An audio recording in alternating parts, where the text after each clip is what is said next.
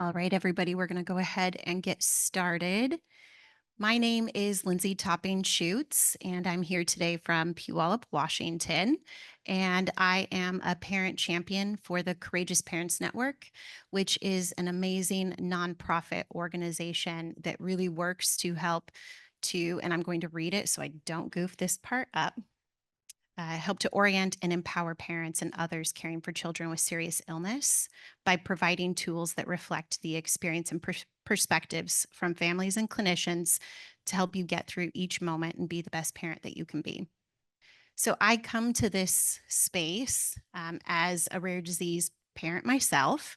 And what I was thinking for today was to share a little bit about my son and our family, our journey, and how Courageous Parents Network has really come into play to help us know what to expect. And then I'm going to introduce you to a new tool that they have created that I want every family and every clinician in the world to know about. So I'm very excited. All right, so this is my adorable little boy, Owen, and my husband, Ben. And this little guy has been surprising us since the moment we found out that I was pregnant with him. A year before he was born, I was actually told that it would be very unlikely that I could conceive a child. So our first surprise was, you're pregnant. You can't actually get pregnant. So the first 20 weeks of my pregnancy were very exciting, pretty unremarkable, with the exception of a lot of cravings for McDonald's quarter pounders. When I was pregnant, I was 35 years old, so I was considered a geriatric pregnancy, which is always very flattering. And so what that also meant was that I was followed very closely by our maternal fetal medicine specialist. At our 20-week ultrasound, that was really the first time that somebody threw up a red flag and said, something's not quite right here. That really started a spiral of a lot of tests and a lot of waiting for results.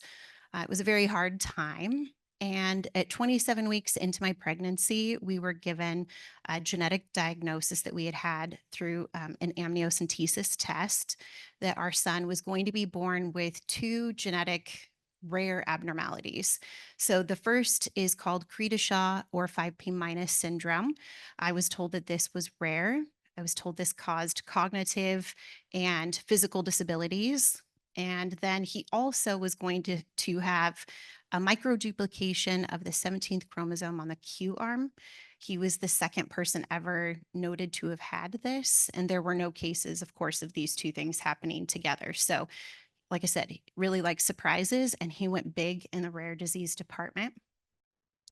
Uh, you know, the day we got our diagnosis, like I think many parents that I've been able to meet and have the honor of hearing their stories along the way, they're all very similar. Most of us get this sad geneticist or genetics counselor who sits you down and he says, "I'm so sorry," or she says, "I'm so sorry." They give you like two sentences worth of information and a pamphlet, and they're like, "Good luck. Bye." And that is a really tough pill to swallow. Your world has just exploded, and most of us are needing more than that. We need more information. I remember driving home that day, and of course, I was heartbroken and terrified. I was also angry. I was doing all the things. I had been gifted all the books that I was like pretending I had read most of about how to be a good parent and what to expect when you're expecting. And you follow all these apps. Today my baby is the size of a lemon. Yay! Let's make some lemonade, folks. It was really, really tough to now know that none of those books, none of those apps we fit. There is no chapter for this. There is no, default on this app that says when this happens, now what? So in our case, we were very fortunate. I had a fair stretch of time left in the pregnancy, and I really dove into researching what can I do. And, from technical things like finding a financial planner to help us deal with what may be coming, to researching what children's hospital might be a best fit for our son to be near when we had him. At some point, somebody said, you need to get a palliative care consult. I did not Google this because I was busy with so many appointments. I didn't have time. And we met with a palliative care team on a Monday, just 3 days before I would end up having an emergency C-section. And I want to share with you what happened at that appointment. My husband, my sister, and I went and met with this team of people who we did not know what they were, what they did, but we'd been told they might help you make sense of some of this, which sounded really good. Again, this was our first and only child. You don't really sign up for birthing classes when you've gotten this kind of news because, well, quite frankly, I didn't want to cry through the whole thing and make everybody else uncomfortable. And I was pretty sure they too were not going to discuss option C, which was quick exit to the NICU. So we went into this room. My takeaway or hope is that I'm just going to understand where I'm supposed to go and who's going to be there. Is it going to be people with headlamps? Like, I really didn't know what this was going to look like. So we get into this room. We meet Dr. David Brunel, who is one of my favorite people on this planet to this day. And he introduced every person in the room and said what their role was likely going to be the day that we had Owen and the days that would follow after. He gave us information about what we might expect. He asked us how we like to receive information. I'm a I'm a talker, I'm an extrovert. So for me, I want to be able to hear your thinking. I want to think it all out loud. And my husband is like, leave me alone. Give me the information. I'll let you know if I have a follow-up question. So we're very different. And in order for them to be a part of our team, they had to really get to know us. And that's what they did that day. So that team followed us for Owen's 103-day NICU stay. We called it his first condo in Tacoma, Washington, because he did not come home with us. And then they followed us for the first few years after, helping us to be able to navigate a very complex medical system, teaching us to be advocates for Owen's care, and teaching us to be advocates for our own selves. They really kind of gave us permission to get to be a mom and a dad. And that's something that you just need so very much as a parent, but especially as a parent to a child who has such unique and rare needs. So at some point, our hospital system decided that, things like hospice and palliative care, complex care coordination, they don't make a lot of money. So we're going to get rid of all of it. See how that goes.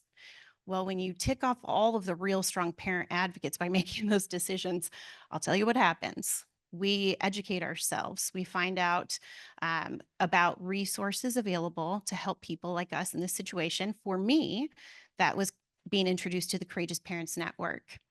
And I reached out to them with the hope that they would give me the words and the data I needed to face off with the CEO of Washington State's largest hospital system and explain to them why this type of care is necessary care for better health outcomes, as well as the sanity of every person caring for this loved one. So we were actually able, a couple of moms and I, to meet with Blythe Lord, who is our founder at CPN, and she did just that. She empowered us. She taught us what we needed to do and say, and we went back and we were able to get this program reinstated. So thankfully, it's been a year and a half, and we're hoping they're still afraid of us, moms and dads, and we'll just leave it alone. But what I realized was that the thing that happened after diagnosis day until I met that palliative and complex care team was that I was looking for anticipatory guidance, which is one of the core concepts that we have at Courageous Parents Network. And it's exactly what it sounds like. It's wanting guidance about what you can anticipate. And in this case, it's what to anticipate with your child. And it's something that all of us want. But when you have a person you're caring for with something so rare, the pool of people that you can get this support from is so tiny. And so having people and places to go to get this is incredibly important. And at Courageous Parents Network, that's really one of the main things that they've done. And they've done that on their primary website through blogs. We have monthly meetings on different topics. It could range from how to travel with a medically complex child to I had to leave my job. Now what? varying topics. And the neat thing about CPN, one of them is that it's clinician facing as well as patient and caregiver facing. So you really can, everybody can be a part of this, and it gives us a way to speak the same language, really. So I became a parent champion last year for Courageous Parents Network. And so I get to have opportunities like this where we get to come and kind of share what other resources might look like, things that have helped parents that are also walking a potentially very similar journey to all of you, and hope that that will kind of expand your toolkit. So one of the new tools that CPN has created this year is called NeuroJourney. And I'm going to take a sip of water here real quick because I am dry mouth, nervous, parched. Thank you. Okay. So NeuroJourney is a tool separate from CPN, kind of next to it. And it was created with the help of an entire medical team as well as the staff at CPN. And it's for people that have a significant neurological impairment. And this is something that when they rolled out to our team of parent champions, I thought, oh, wow, that seems like a really great tool. My kid doesn't have an SNI. I've never heard that. His rap sheet of diagnosis is long and impressive, but I had never heard of this. And as they talked about it, my first realization was, oh, my kid actually does have an SNI, just nobody told me. And as I saw this tool play out, I realized that this was a game changer. So I'm going to actually show you a video so that you can kind of get a good overview of it, and then we'll talk a little more about it.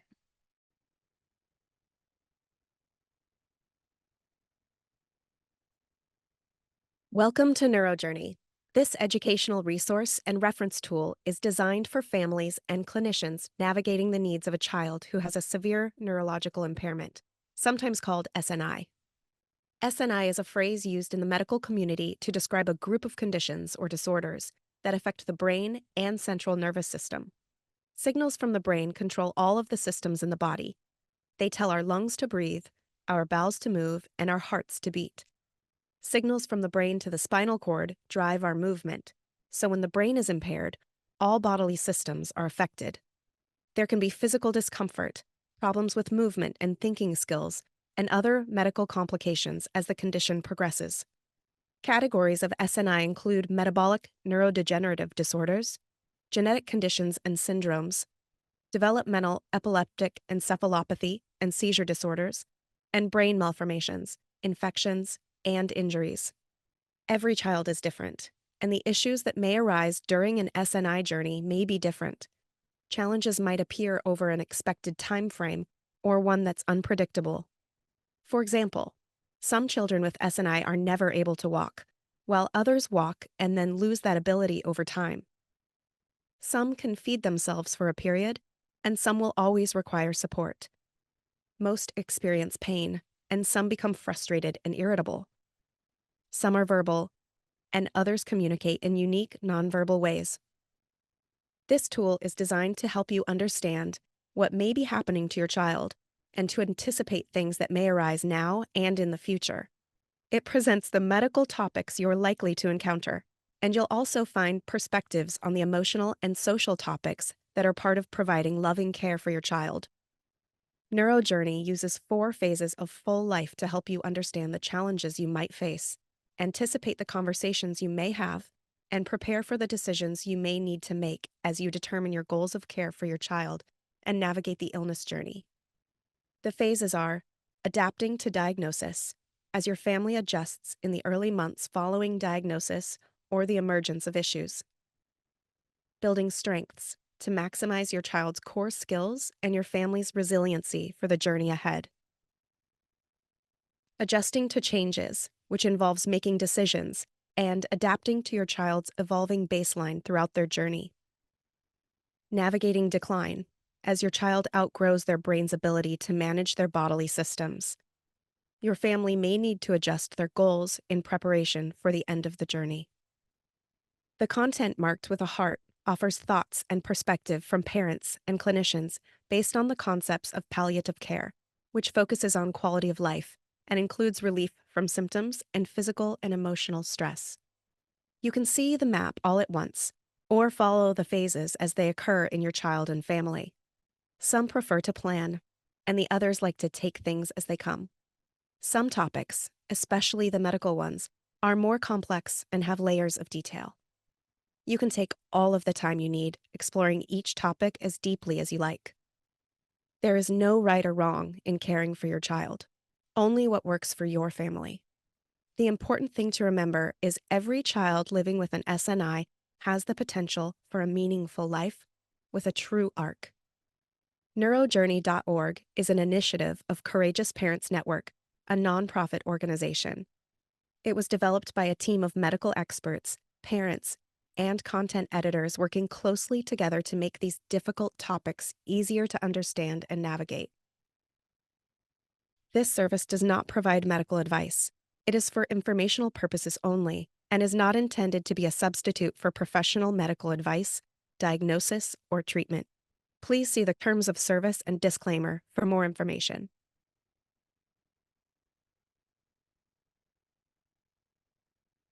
Can you hear me okay? All right. So this is NeuroJourney, and this is something that I have several thoughts on it. One, what I wouldn't have given to have had this when my son was born and in those early days. One of my favorite parts of NeuroJourney, and we can't unfortunately go live to the site, but each of the little segments has the little button on it that you can click to send it. You can email it off, and it will just send that little tidbit of information there. So I think about early days. My son is completely dependent on a GJ tube for feeds. And I think myself and many, many people whose children are on a feeding tube have had so many comments made to us about this. It's such an important thing to eat with the family or eat at birthdays or do these things you eat by mouth. It's socially what we do. And so for my son to have never done that was very, very hard for a number of our close family and friends. And I would have loved to have had the language to be able to explain to them that Owen isn't on a feeding tube because I am a bad cook. Although I am a bad cook, that is not why he needs a feeding tube. And just because it's his birthday, he really doesn't want ice cream. I promise you. But to have had a space where I could have gone to say, oh, no, here we go. It's because he has a significant neurological impairment.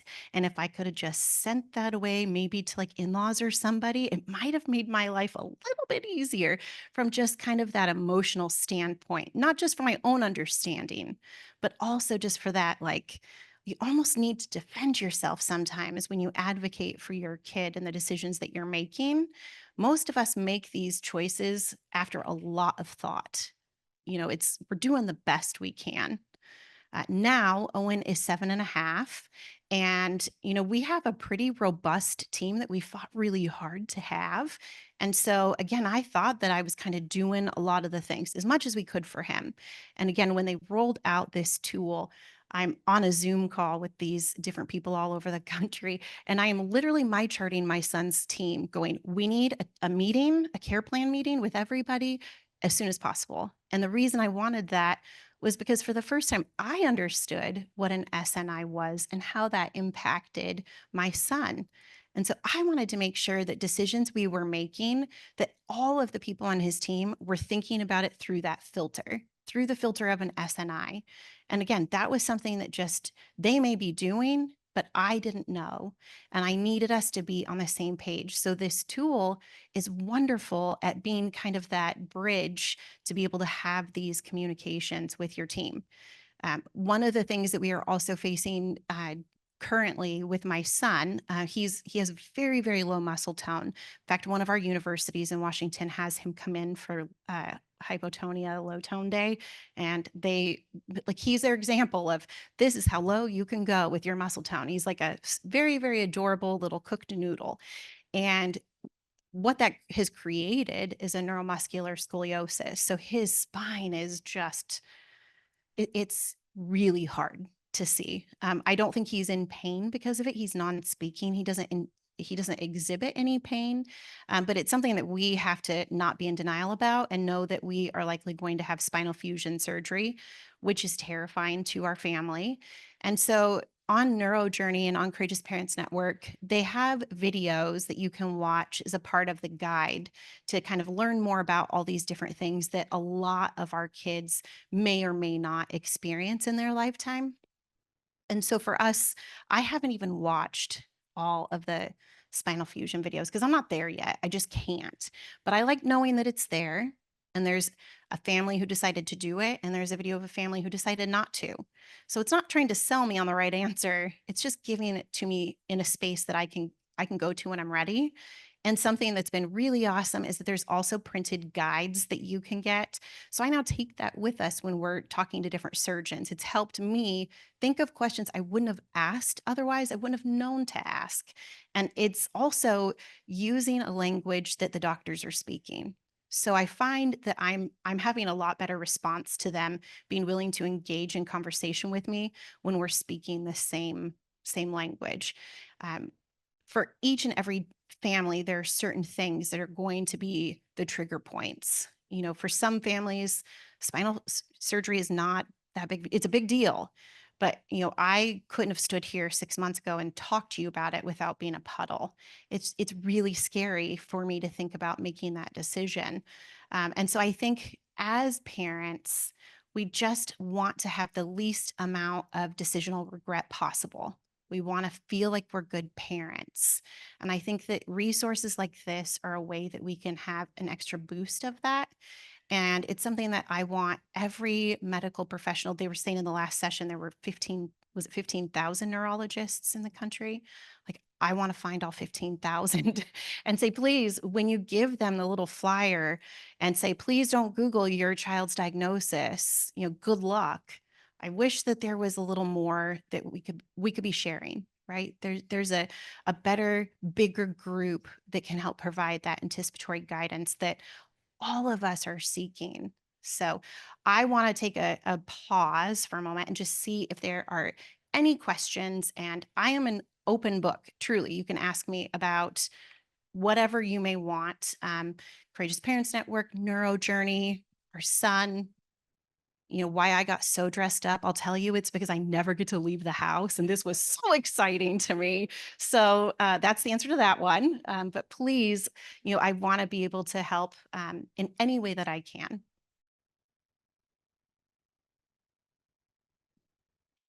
Yeah. Sorry, my name is Hi, my name is Rob Goldstein Mahan, and I'm with Ionis.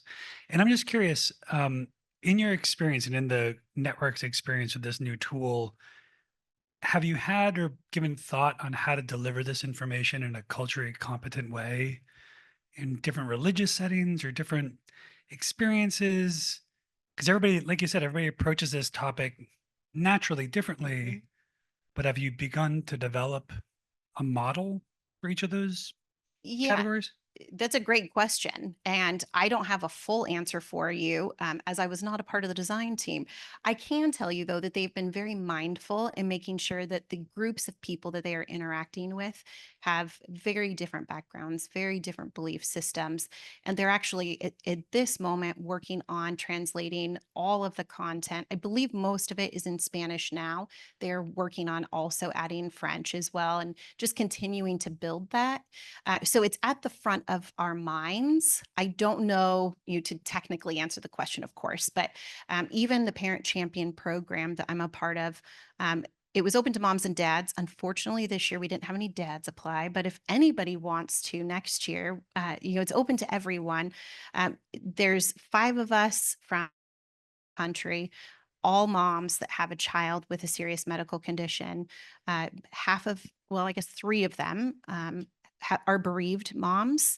And there's a couple of us whose children are still here with us, and all very different diseases, all different beliefs on how things should be done, but with kind of that common value that palliative care is a really important way of treating communities that have so much complexity and serious illness.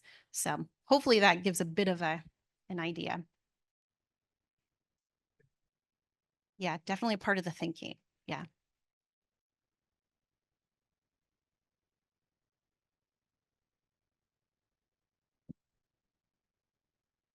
Hi, I'm Melody Kaiser from Cure LBSL. Hi. First, I want to thank you. This is amazing. I can't wait to bring your brochure back to our families. Thank you. Um, how can we get you at conferences, like all of the individual leukodystrophy conferences or family events or webinars, or how do we partner with you?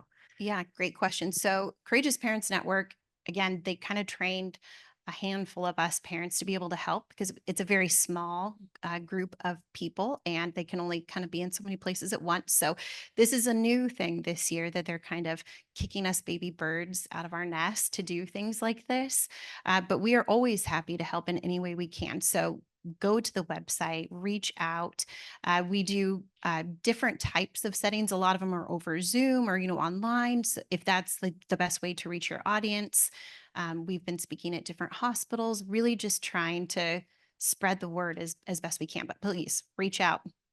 I would love to have to find another reason to wear a dress or whatever is appropriate. And there's Thank you. also a number of parents who have, as I mentioned, different backgrounds. So, you one of the moms that lives here locally, her child didn't have an SNI, so that's why I came today versus her. So we have, a little bit of everything. Thank Thank you. you. Anybody else?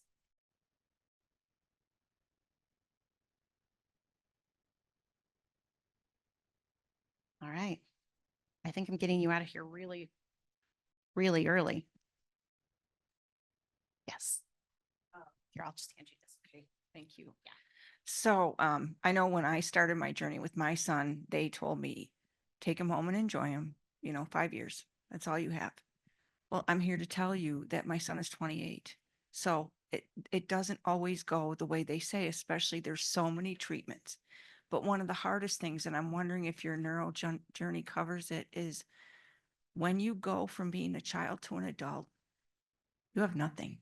I mean, there's no support, and that would be so nice to have something on that site to say, you know what, sometimes you're blessed and, it's going to be a struggle, but your child may live to be, 30. And how do you navigate that? So just wondering if you guys have anything on that. Yes, that is awesome. And thank you for sharing that. And you're correct. I mean, a lot of the advocacy I do at the state level back home in Washington is around the fact that once you become an adult, they dump you out and all the services, all the relationships. So it's like we have one broken system that, at least in pediatrics, we understand the system, you can manage it. And I think there's a lot of work to be done. And, that is not a big enough topic on that. And so that's something I'm glad you said because we can take it back and make it happen. Oh, sorry.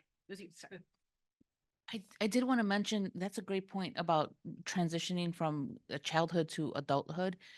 So my son is 19. So I'm also a mom and I also sit on the board of the ULF.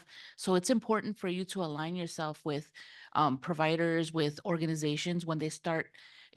As soon as you know the diagnosis and you don't know how to navigate, imagine the complexities when they become adults. So it's really important that you start like learning other families, getting to know other families that have been through this journey before, because you're going to bounce ideas from each other. So it's really important that you align yourself with those families. Keep coming to these things, seeing our workshops, because the leukodystrophy community is huge, but it's also a very small community.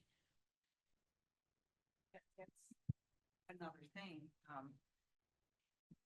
We still don't have a diagnosis. We went through the second opinion program here back in 1998. I've been to CHOP. We've learned things, but we don't have a diagnosis. And lately now, my son's having seizures. So I know something's progressing. So I figured I better get here and see what I can learn. And I used to be in DeKalb. I've come to this. This is probably like my 12th or 13th year coming. So you don't always have a diagnosis. That's my point. Yeah. I think that's the majority of people that we are able to have conversations with and meet. The diagnostic odyssey is usually long, many years. It's very expensive. I think that in my case, it was very rare to have something be caught. So thankfully, I was that geriatric mom they were keeping such a close watch on, right? I think it's something that you Courageous Parents Network doesn't yet have maybe that exact transition program in place. There are conversations and blogs and things written about it. I would say that one of the best pieces of advice that I was given from this group is, again, kind of looking at the core concepts and the language. I think that it empowers us as parents as we're trying to build out, as you mentioned, that adult side team, that adult world. I remember one of the other core concepts that we talk about a lot is baseline. And it's something that, like, most of us medical parents start using that term. It's something for me, when we didn't have our program in place that was so helpful and so needed, I was on the phone all the time with the on-call nurses line, usually is what it was. And as soon as you get through like two of the things going on with your child, they're panicked and like sending an ambulance. Whereas to us, like, that was just Tuesday. Like, that's not even why I'm calling you. And so I learned that if I called and said, I need to speak with whichever specialist it was because this is the change to my child's baseline. And I think it almost like triggered something in their mind to say, okay, mom knows what she's talking about. What's different from, so instead of going through their 500 questions, does your child, have they vomited? Well, 16 times today. It's a good day. When's the last time they had a bowel movement? I don't know. It's been a while. We're trying, like all these things that for, a typical healthy child would be very alarming parts that were very important to have. For my kid, it was like, can we skip through this? By the time I get to what the problem is, you're not listening to me anymore. So I think that arming ourselves with as much of the language to be able to kind of cut through things, by the end of that couple of years without the help we needed, I could call, I could say, this is my child. This is his baseline. This is how it's different. I will answer your questions once you answer mine. And it wasn't to be aggressive or disrespectful. It was like, I'm calling for a reason. I'm a parent. I know my kid best. And, my hope is that as Owen continues to age out, that I will, because I'm using these terms and these concepts and I'm kind of building this foundation, it won't be as horrible of a hit when it happens. Not in denial that it's going to be brutal, but hoping it's still a help, right? Strengthening those muscles. Anybody else? Yes. Is the platform, the Neurojourney, available in multiple languages or is it only available in English at this point? And if so, are you planning to expand the accessibility? Because it's a beautiful platform, but I'm originally from Italy. Very few people will be able to access this kind of complexity of language. And so I'm just thinking, thank you. Yeah, absolutely. Great question. I would love to come to Italy to help translate things, although I don't speak Italian. So that is still in the works, but Spanish, working on French now. And I'm going to skip through a couple of these slides I had just in case the video didn't work.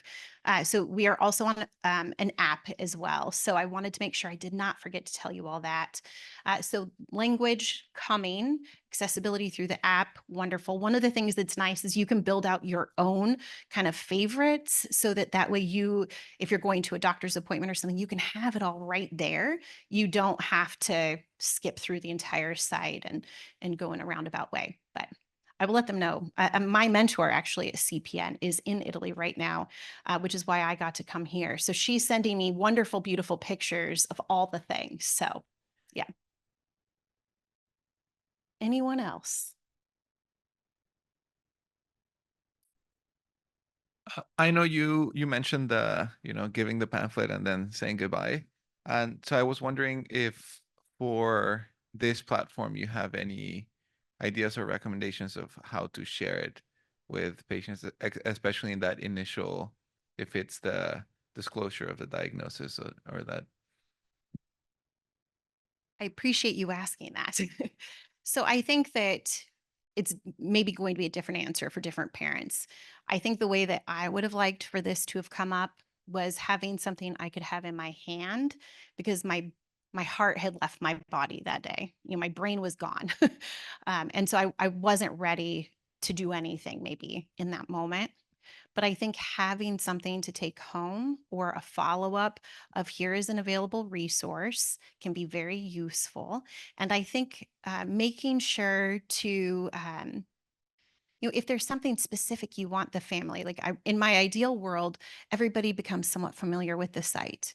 And if there is a child that is going to have a certain pathway, a certain thing, you might even be able to go in as a clinician and say, like, here are the stories on diagnosis and transitioning into just taking that news and kind of maybe at that moment they really need more of that kind of emotional support piece, and you can actually just send just a clip of it like I kind of mentioned. So you could give the pamphlet if you needed to follow up if they have specific questions or you can tell they're struggling, and it can be really something more kind of from that palliative care point of view. And they also on the site, I thought this was really interesting. Palliative care is something that I think scares a lot of people. A lot of people just associate that with hospice. And, for me, as I mentioned earlier, I didn't know what palliative care was when I got it. And then I got it and I was like, this is the best thing ever. And I was confused why others didn't want it until I kind of learned a bit more. But I think when they developed this site, they actually changed where it said palliative care in certain places and put a heart icon because that's what you needed. Your heart needed this piece. But when people saw the word palliative care, panicked them and they didn't click on it. Even clinicians didn't click on it when they did the beta testing. So I guess I'm in a roundabout way answering your question, maybe. I think it can be given as a here you go, add to your stack of stuff. And my hope would be that you could follow up with things that were a little more personalized to that family. And the great part is if you send it just in that little snippet, it's not sending them the whole kit and caboodle. Like you're not sending somebody end of life planning on diagnosis day, not the right time. So I think it's really important to play around with it and see how it might work for you. That's your homework, please. And thank you.